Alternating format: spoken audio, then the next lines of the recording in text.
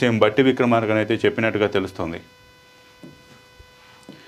ఏకగ్రీవాలకు చెల్లుచీటి. స్థానిక ఎన్నికల్లో బరిలో ఒక్కరున్న నోటాతో పోటీ పడాల్సిందే. నోటాకు ఎక్కువ ఓట్లు వస్తే ఏం చేద్దాం? పార్టీల అభిప్రాయాలు కోరిన ఈసీ. మళ్లీ ఎన్నిక వద్దన్న కాంగ్రెస్, సిపిఎం. రీఎలక్షన్ జరపాల్సిందే బీఆర్ఎస్, సిపిఐ. సుప్రీం తీర్పు వచ్చాక స్పందిస్తామన్న బీజేపీ. కులగణన సర్వే, ఎస్సీ వర్గీకరణపై రేపు పవర్ పాయింట్ ప్రెజెంటేషన్. గాంధీ భవన్లో టీపీసీసీ ఆధ్వర్యంలో నిర్వహణ హాజరు కానున్న సీఎం రేవంత్. రైట్, ముఖ్యంగానైతే మనకు ఇప్పటి వరకు తెలుసు ఏదైతే చాలా వరకు ఏకగ్రీవాలు ఉంటాయని కూడా మనకైతే తెలుసు.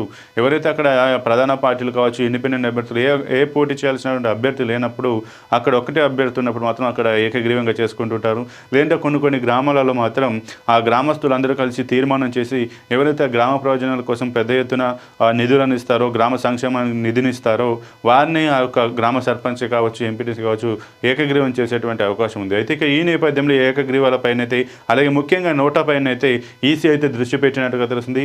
ముఖ్యంగా ఒకవేళ ఇప్పటి నుంచి ఈ ఈసీ పెట్టినటువంటి నిబంధనల ప్రకారం, ఈసీ ఆలోచించిన దాని ప్రకారం ఏంటంటే, ఇకపైన ఏకగ్రీవం ఒకటే అభ్యర్థి పోటీ చేసేటువంటి అవకాశం ఉంటే నోటాతో మాత్రం అతను పోటీ పడాల్సింది. ఎందుకంటే నోటా ఓటు అంటే మన అందరికీ తెలుసు, మనకు అందులో పోటీ పడేటువంటి 15 మంది అభ్యర్థులు ఒక స్థానానికి పోటీ పడుతున్నప్పుడు ఆ అభ్యర్థులు 15 మంది నాకు ఇష్టం లేదు, వాళ్ళందరూ కూడా ఈ యొక్క పదవిని అధిరోహించడానికి, పదవిని పొందడానికి అనర్హులు అంటూ చెప్పి, వీళ్ళెవరు కూడా మాకు ఇష్టం లేదు, అనర్హులు అని చెప్పి కేటాయిస్తూ వేసేటువంటి ఓటే నోటా.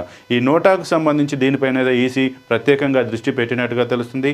ఇక ఎవరైతే ఏకగ్రీవాలలో ఒక వ్యక్తిని ఏకగ్రీవంగా ఎన్నుకుంటారో దాన్నే ఫైనలైజ్ చేయడానికి అయితే వీల్లేదు. ఈ నోటాతో ఆ వ్యక్తి పోట పడాల్సింది.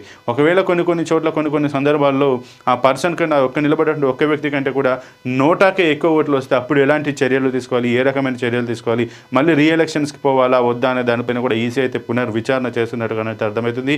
ఇక దీనిపైన అయితే ఇటు కాంగ్రెస్, సిపిఎం అయితే అవసరం లేదు, రీఎలక్షన్స్ అవసరం లేదు అయితే అని చెప్పి ఇవైతే కోరినట్టుగా తెలుస్తుంది. ఇక బీఆర్ఎస్, సిపిఐ కూడా రీఎలక్షన్ జరపాల్సిందంటూ కూడా అవైతే వాటి యొక్క అభిప్రాయాన్ని అయితే తెలిపినట్టుగా తెలుస్తుంది. ఇక కేంద్రం కూడా దీనిపైన సుప్రీంకోర్టు తీర్పు వచ్చాక మేము స్పందిస్తామంటూ బీజేపీ అయితే చెప్తున్నటువంటి పరిస్థితి. ఏదేమైనా నోటాకు అయితే పెద్ద ప్రాధాన్యత ఇవ్వాలని, అధిక ప్రాధాన్యత ఇవ్వాలన్న ఉద్దేశాన్ని అయితే ఇచ్చేటువంటి అంశాన్ని అయితే ఈసీ అయితే తెరపైకి తెచ్చినట్టుగా తెలుస్తుంది.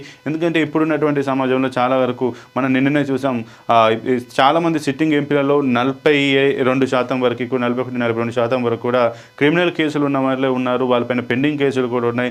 ఇలాంటి వారు ఉన్న నేపథ్యంలో కొంతమందికి అక్కడ నిలబడేటువంటి అభ్యర్థి మీద మంచి అభిప్రాయం ఉండకపోవచ్చు, ఇతను కూడా సరే ఉన్న నలుగురిలో ఎవరు కూడా ప్రజలకు ఉపయోగపడే విధంగా చేయకపోవచ్చు అనే అభిప్రాయం ఉంటుంది. అలాంటి ఉద్దేశంలో మాత్రం నోటాను ఉపయోగించుకుంటారు. కాబట్టి ఈ నోటా ప్రాధాన్యతను పెంచి ఈ యొక్క ప్రజల్లోకి నింపే విధంగా ఈ నోటా పైన కూడా ఈసీ అయితే ఒక నిర్ణయాత్మకమైన ఆలోచన చేసినట్టుగానైతే తెలుస్తుంది. ఇక అలాగే కులగణన సర్వే, ఎస్సీ వర్గీకరణ పైన కూడా రేపు పవర్ పాయింట్, గాంధీ భవన్లో పవర్ పాయింట్ ప్రజెంటేషన్ అయితే ఇచ్చేటువంటి అవకాశం ఉంది.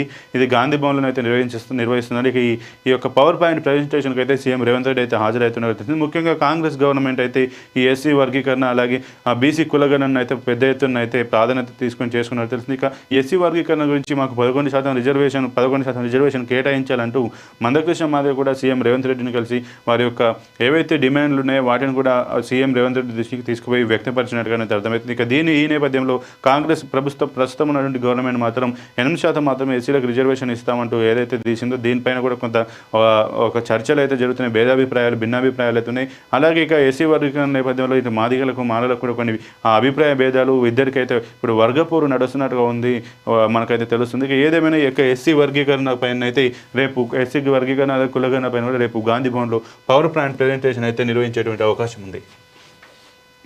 ఉచిత పథకాలలో పరాన్న జీవులను సృష్టిస్తున్నామా? ఉచితాల వల్ల ప్రజలు పని చేయడానికి ఇష్టపడట్లేదు, ఏ పని చేయకుండానే రేషన్ డబ్బు పొందుతున్నారు. నిరాశ్రయులను